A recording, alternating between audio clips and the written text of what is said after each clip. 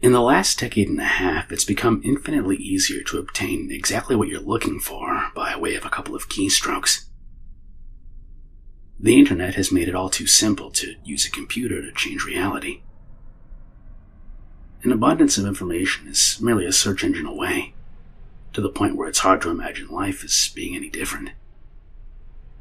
Yet, a generation ago, when the words streaming and torrent were meaningless save for conversations about water, people met face-to-face to conduct software swap parties, trading games and applications on Sharpie-labeled 5¼ inch floppies.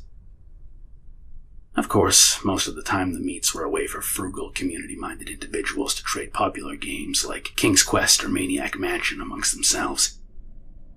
However, a few early programming talents designed their own computer games to share amongst their circle of acquaintances, who in turn would pass it on until, if fun and well-designed enough, an independently developed game had its place in the collection of aficionados across the country. Think of it as the 1980s equivalent of a viral video. Pale Luna, on the other hand, was never circulated outside of the San Francisco Bay Area. All known copies have long been disposed of, and all computers that have ever run the game now detritus buried under layers of filth and polystyrene. This fact is attributed to a number of rather obtruse design choices made by its programmer. Pale Luna was a text adventure in the vein of Zork and The Lurking Horror, at a time when said genre was swiftly going out of fashion.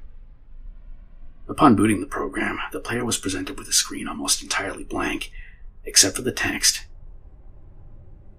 You are in a dark room. Moonlight shines through the window. There is gold in the corner, along with a shovel and a rope. There is a door to the east. Command. So began the game that one writer for a long-out-of-print fanzine decried as enigmatic, nonsensical, and completely unplayable. As the only commands that the game would accept were pick up gold, pick up shovel, pick up rope, open door, and go east, the player was soon presented with the following. Reap your reward. Pale Luna smiles at you. You are in a forest. There are paths to the north, west, and east. Command. What quickly infuriated the few who have played the game was the confusing and buggy nature of the second screen onward. Only one of the directional decisions will be the correct one. For example, on this occasion, a command to go in a direction other than north would lead to the system freezing, requiring the operator to hard reboot the entire computer.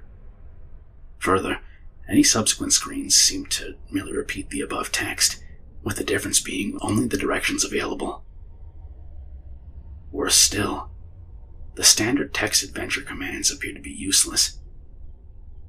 The only accepted non-movement related prompts were use gold, which caused the game to display the message not here, use shovel, which brought up not now, and use rope, which prompted the text you've already used this. Most who played the game progressed a couple of screens into it before becoming fed up by having to constantly reboot and tossing the disc in disgust, writing off the experience as a shoddily programmed farce. However, there's one thing about the world of computers that remains true, no matter the era. Some people who use them have way too much time on their hands.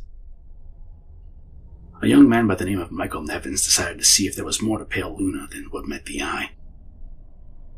5 hours and 33 screens worth of trial and error and unplugged computer cords later, he finally managed to make the game display different text. The text in this new area read, Pale Luna smiles wide. There are no paths. Pale Luna smiles wide. The ground is soft. Pale Luna smiles wide. Here. Command.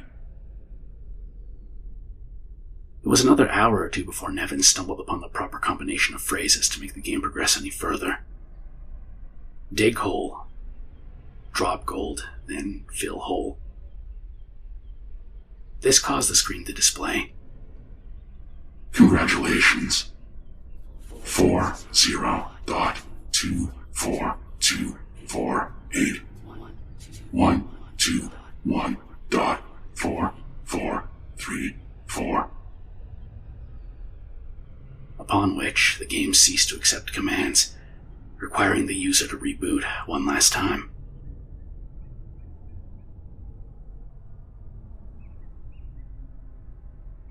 After some deliberation, Nevins came to the conclusion that the numbers referred to the lines of latitude and longitude.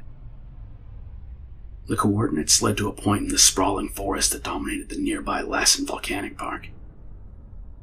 As he possessed much more free time than sense, Nevins vowed to see Pale Luna through to its ending. The next day, armed with a map, a compass, and a shovel, he navigated the park's trails, noting with amusement how each turn he made corresponded roughly to those that he took in-game. Though he initially regretted bringing the cumbersome digging tool on a mere hunch, the path's similarity all but confirmed his suspicions that the journey would end with him face-to-face with an eccentric's buried treasure. Out of breath after a tricky struggle with the coordinates, he was pleasantly surprised by a literal stumble upon a patch of uneven dirt. Traveling as excitedly as he was, it would be an understatement to say that he was taken aback when his heavy strokes unearthed the badly decomposing head of a blonde-haired little girl. Nevins promptly reported the situation to the authorities. The girl was identified as Karen Paulson, age 11, reported as missing to the San Diego Police Department a year and a half prior. Efforts were made to track down the programmer of Pale Luna, but the nearly anonymous legal gray area in which the software swapping community operated inescapably led to many dead ends. Collectors have been known to offer upwards of 6 figures for an authentic copy of the game. And the rest of Karen's body was never found. Girl.